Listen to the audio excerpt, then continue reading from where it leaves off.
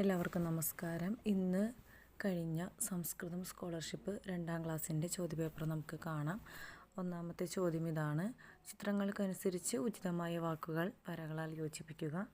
ഗജഃ ആന, മധുമക്ഷിക തേനീച്ച, മൂഷകഃ എലി, അനാനസം പൈനാപ്പിൾ. ഈ രീതിയിലാണ് ചെയ്യേണ്ടത്. രണ്ടാമത്തെ ചോദ്യം: ഉചിതേന അക്ഷരേണ പൂരയതു. ഭൂതലം, വിദ്യാലയഃ, ചടക. കിളിയെ പറയുന്നതാണ് ചടക. ഉചിതമായ പദത്തിന് ശരി ചിഹ്നം നൽകുക. 8ാമത്തെ ചോദ്യം: ദദാതി കൊടുക്കുന്നു. കുട്ടി ഓടുന്നു. ധാവതി 9ാമത്തെ. അടുത്തത് 10ാമത്തെ ചിത്രം മീനിൻ്റെയാണ്. മീനഃ. 11ാമത്തെ കൊക്ക് ഭഗഃ. കൊക്കിൻ്റെ പേര് ഭഗഃ എന്നാണ്.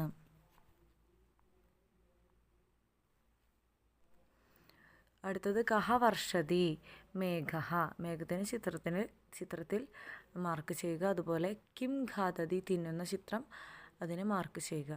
14 മുതൽ 18 വരെയുള്ളത് ക ആലാപും ഗൃഹം നയതി. ആരാണ് മത്തങ്ങയെ വീട്ടിലേക്ക് കൊണ്ടുവരുന്നത്? മാതാ. കഹ ഖിന്നഃ ഭവതി. ആരാണ് വിഷമിച്ചത്? ബാലഃ. കിം തിക്തം ഭവതി. എന്തിനാണ് കയ്പ്? കാരവേലം. കലഭഃ കീദൃശഃ ഭവതി. ആന ഇങ്ങനെയുള്ളതാണ്. ചപലഃ. കഹ ക്രോശതി. ഭേഗഃ. തവള. ക്രോശതി, ക്രോം ക്രോം എന്ന് കരയുന്നത് തവളയാണ്.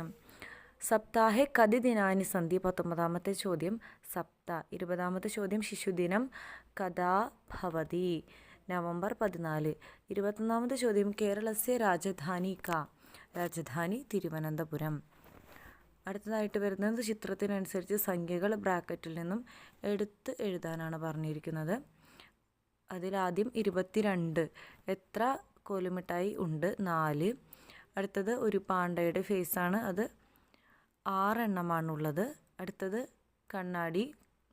കണ്ണാട ഉപനേത്രം. അതിൻ്റെ ചിത്രം തന്നിരിക്കുന്നത് 8 എണ്ണമാണ്.